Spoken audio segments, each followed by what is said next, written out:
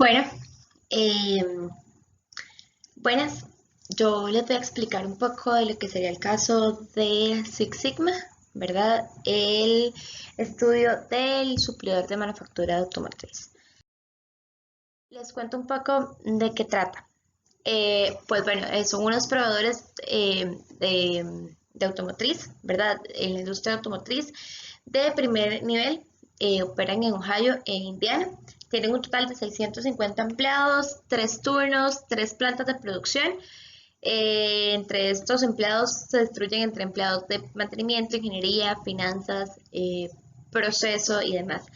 Eh, Se producen piezas exteriores de automóvil compuestas de fibra de vidrio para modelo de chapas y se conoce como SMC. Los clientes son específicamente Ford y General Motors. La fabricación de ellos es por medio de moldeo, específicamente por moldeo de inyección. Ok, ¿qué es el problema? Pues resulta que ellos realizan un estudio de defectos de calidad y hay un defecto que se llama burbujeo, que son burbujas en su producto, ¿verdad? A la hora de moldear se crean burbujas en la parte exterior de las partes que es el finish good de ellos. Aparentemente estas burbujas se forman de manera aleatoria en partes, en el tipo de partes y también en la localidad donde fabrican. Como tienen varias plantas, la planta donde la fabrican. Los defectos burbujeantes son causa de rechazo, entonces Ford y General Motors la rechazaron, no se le pudo hacer un rework, por lo que la empresa tiene pérdidas de esto. Entonces, el objetivo de ellos es eliminar e identificar la causa de los defectos del burbujeo y racionalizar y estandarizar los procesos de producción. Entonces, primeramente lo que hacen en la parte de definir es que sacan que en el periodo de junio y julio aproximadamente alrededor de 15 y 20% de las piezas producidas en ambas instalaciones tenían defectos de diferentes grados de burbujas. Entonces, ellos determinan sus objetivos, que serían eliminar el defecto de burbujeo, reducir el trabajo del proceso en un 50% y reducir el tiempo medio del ciclo del producto. Para la parte de medición, ellos realizan un diagrama de flujo, que supongo yo que si esto es una parte que hacen en su etapa de medición es porque no contaban con un diagrama de flujo establecido para su proceso. Entonces, por ahí sé donde ellos inspeccionan la materia prima, la almacenan, la transportan a las presas, la cortan del tamaño necesario y ya eso entonces lo que hacen es que lo meten como en una prensa, remueven como toda la parte sobrante del molde que hacen, ¿verdad? Vuelven a revisar y después de que está bien, lo transportan como al área de finish good. Para la parte de analizar consiste en analizar estos datos de la parte de medición, ¿verdad? Donde lo que hacen es, en realidad tal vez una parte de mejora, ellos todo lo enfocan en la parte de mejora, ¿verdad? Pero no, el análisis como si lo hacen en la etapa de mejora y no en la parte de análisis. Eso es una forma en la que acomodan el caso. Tal vez es no acomodar las etapas correctamente. Yo les explico cómo es que está en el caso, pero tal vez es un punto de mejora.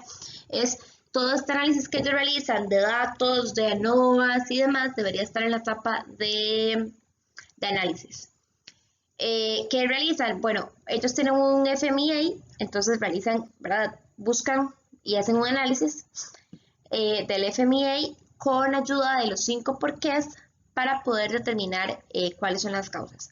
Entonces, ellos identifican 3 posibles causas que podrían ser errores en los ciclos de máquina, ¿verdad? Error del operador, variación de la máquina y el tema del almacenamiento o el material como tal. Entonces, tenemos 3 posibles causas.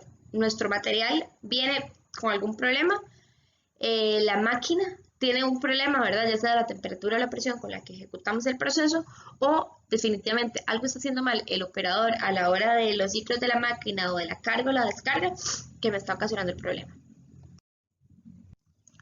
Como les comenté, lo que ellos realizan es un ANOVA, se realizan estudios separados.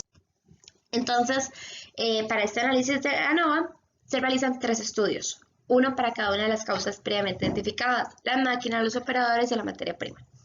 ¿Qué se concluye? Bueno, que hay que las diferencias entre máquinas y operadores de las líneas no son significativamente diferentes, para un nivel de confianza de un 95%.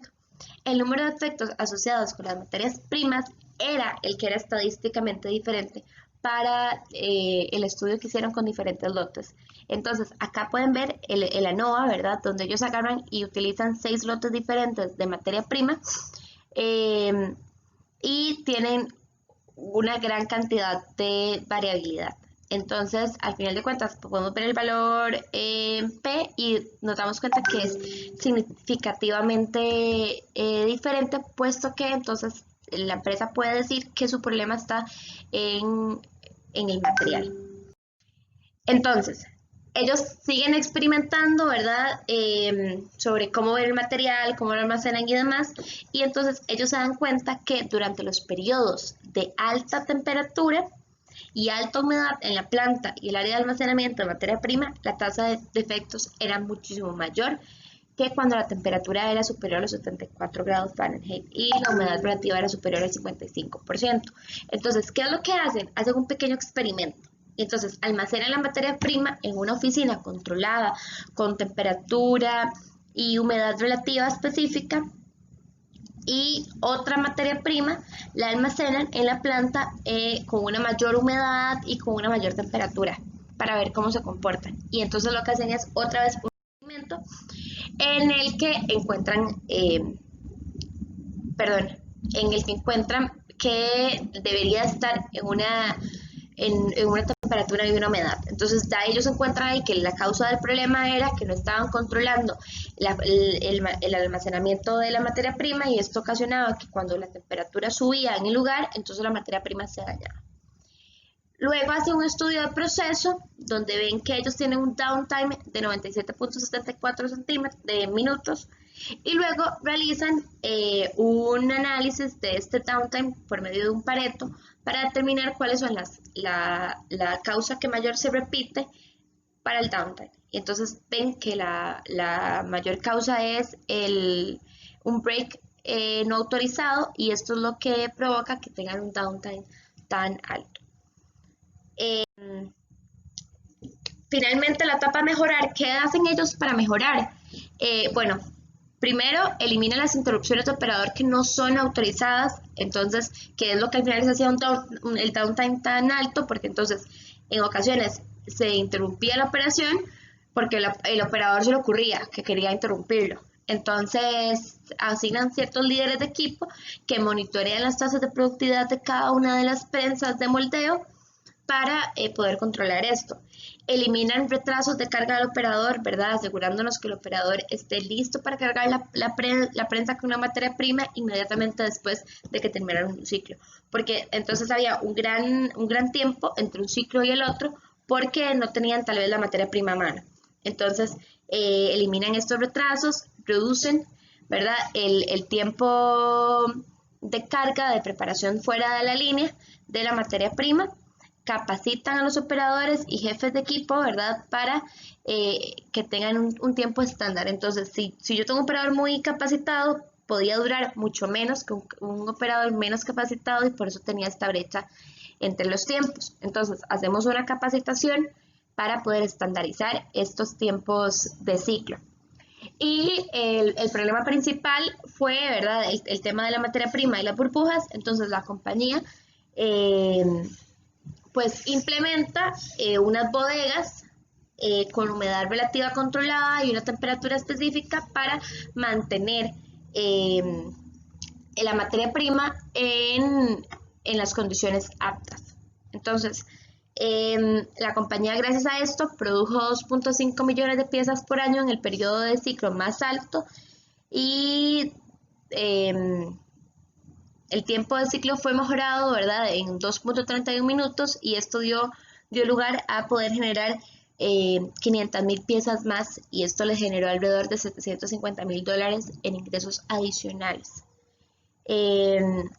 Finalmente, entonces, para controlar todo esto es que la empresa coloca estos controles de humedad relativa en las salas de almacenamiento, imparten estas capacitaciones, también tienen unas tablas X con gráficos R para rastrear y monitorear constantemente los defectos y se toman lecturas diarias de temperatura y humedad en la parte de almacenamiento para poder controlar que si por algo tengo un pico que me sube, poder controlar qué pasó.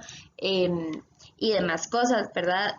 Poder identificar los defectos antes de que salgan al mercado por medio de estos gráficos de defectos y entonces el defecto de burbujeo nominal disminuyó significativamente y pues se redujo finalmente el tiempo de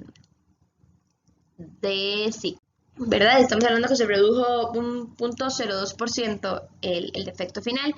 Entonces, ¿qué rescato yo de este caso? Es un caso bastante interesante, es un caso que se va más allá porque al final de cuentas yo tengo un problema importante que son los defectos, pero a la hora de que la empresa se mete a analizar un problema, pues entonces dicen, ok, no lo limitemos al problema, sino que expandámoslo, porque ellos pudieran haber hecho simplemente el estudio del defecto y agarrar y ver que ocupaban tener una sala con control de humedad relativa y listo.